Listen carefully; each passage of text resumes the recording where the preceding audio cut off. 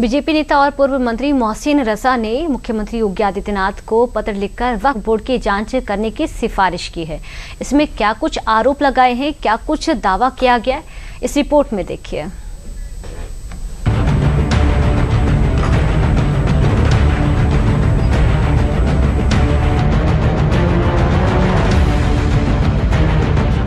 वक्फ की जमीनें, वक्फ की संपत्तियां और अब हजारों करोड़ रुपए के कथित घोटाले का दावा। यूपी में वक्फ बोर्ड एक बार फिर सवालों के घेरे में है।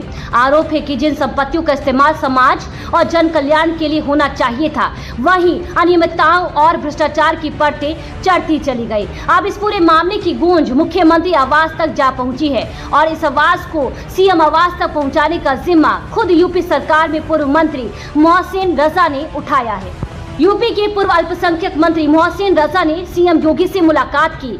वक्फ बोर्ड मामले पर सीएम योगी को दिया पत्र में सुन्नी और शिया वक्फ बोर्ड की संपत्तियों के सत्यापन की बात कही गई। यूपी के वक्फ बोर्डों की एसआईटी से जांच कराने की मांग भी उठी। वक्फ संपत्तियों की ऑडिट कराने की मांग भी उन्होंने की। वक्फ बोर्ड की संपत्तियां बेची जाने का आरोप भी उन्होंने लगाया। वक्फ संपत्तियों में हजारों करोड़ों के घोटाले का आरोप भी लगा है। पूर्व में 2 लाख से अधिक वक्फ संपत्तियां दर्ज होने का दावा उन्होंने किया। वर्तमान में केवल 1.27 लाख रजिस्टर्ड वक्फ संपत्तियां बताई गई हैं। करीब 70,000 वक्फ संपत्तियों की रिकॉर्ड गायब होने का दावा किया गया है। माननीय मुख्यमंत्री आदरणीय योगी आदित्यनाथ जी से आज 5 कालिदास मार्ग पर मुलाकात की और उनको अवगत कराया कि जब वक्फ उत्तर प्रदेश में रजिस्टर्ड हुए थे तो 2 लाख थे और आज की तारीख में 1,27,000 वक्फ की संपत्तियां रजिस्टर्ड बची और जमाने से 20 साल 25 साल से ऑडिट नहीं हुआ है। और जब ऑडिट कराने के लिए हम लोगों ने कहा भी था तो हमारे ऑडिटर जाते थे उत्तर प्रदेश सरकार के और उन्होंने जब जाकर वहां ऑडिट करने के लिए कहा तो इन्होंने ऑडिट नहीं कराया और ना ही कोऑपरेट किया किसी भी मुतवल्ली ने, ना ही दोनों वक्फ बोर्ड के किसी भी पदाधिकारी ने। वहां पर जो लोग होते हैं उन्होंने कोऑपरेट नहीं किया। इसकी आमदनी के बारे में भी लोगों को पता होना चाहिए, कहाँ गड़बड़ियां हुई हैं वो भी जनता के सामने आना चाहिए, क्योंकि हजारों करोड़ रुपए का इसमें गड़बड़ घोटाला हुआ है। वक्फ की संपत्तियों को बेचा भी गया है, डिलीट भी किया गया है। बहुत सी वक्फ की संपत्तियां जबरदस्ती के लिए वक्फ बाई यूजर के तहत वक्फ में रजिस्टर्ड की गई हैं। वक्फ की संपत्ति पर घोटाले की बात ऐसे ही चर्चा के केंद्र में नहीं आ गई है, बल्कि वक्फ में ऐसी विसंगतियां हैं जिसे सिरे से नकारा भी नहीं जा सकता है। लिहाजा वक्फ में घोटाला किन किन शहरों में है, एक नजर उस पर डाल लेते हैं।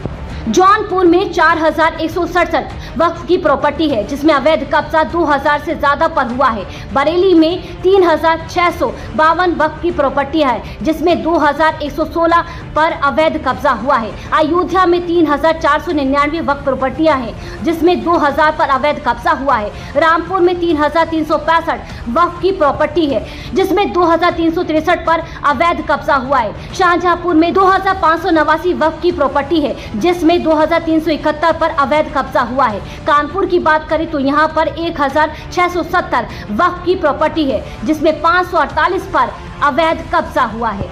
देश के सबसे बड़े सूबे में शुमार यूपी विधानसभा चुनाव की दहलीज पर खड़ा है। ऐसे में मोहसिन रजा ने वक्फ संपत्ति में घोटाले की आवाज ने प्रदेश की सियासत को और भी गरमा दिया है।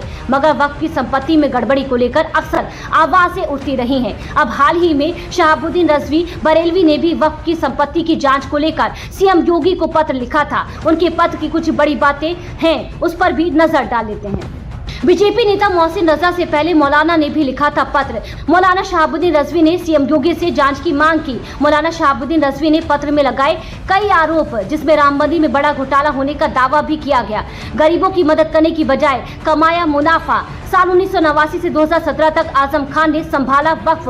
पदाधिकारियों ने सिर्फ अपने इलाकों में बांटी जमीनें। एक तरफ जहां वक्फ की संपत्तियों में जांच की मांग तेज हो रही है, तो वहीं दूसरी तरफ मदरसों की अवैध फंडिंग की जांच को लेकर एक बड़ा फैसला हुआ है। प्रवर्तन निदेशालय ने शुरू की जांच की तैयारी। ईडी रोहिंग्या व बांग्लादेशियों को फंडिंग करने वाले संगठनों की जांच करेगा। विदेशी फंडिंग को लेकर भी जांच की जाएगी। आतंकवाद निरोधक दस्ता यानी कि एटीएस की जांच में कई खुलासे हुए हैं। नेपाल सीमा पर घुसपैठियों को बसाने और फर्जी दस्तावेज बनाने का खुलासा हुआ है। एटीएस से जांच की दस्तावेज मांगे गए हैं। ईडी ने पिछले दिनों की है कई घुसपैठियों की गिरफ्तारी। वक्फ की संपत्तियों पर उठते सवाल अब सियासी गलियारों से निकलकर सरकार के दरवाजे तक जा पहुंचे हैं। जिन संपत्तियों का उद्देश्य समाज और जरूरतमंदों की भलाई माना जाता रहा है, अब उन्हीं के रखरखाव और वित्तीय लेन देन पर गंभीर सवाल खड़े हो चुके हैं। ऐसे में हजारों करोड़ रुपए के कथित घोटाले के आरोपों ने इस मुद्दे को और भी गरमा दिया है, जिसके बाद वक्फ बोर्डों की कार्यप्रणाली और जवाबदेही पर नई बहस छिड़ गई है।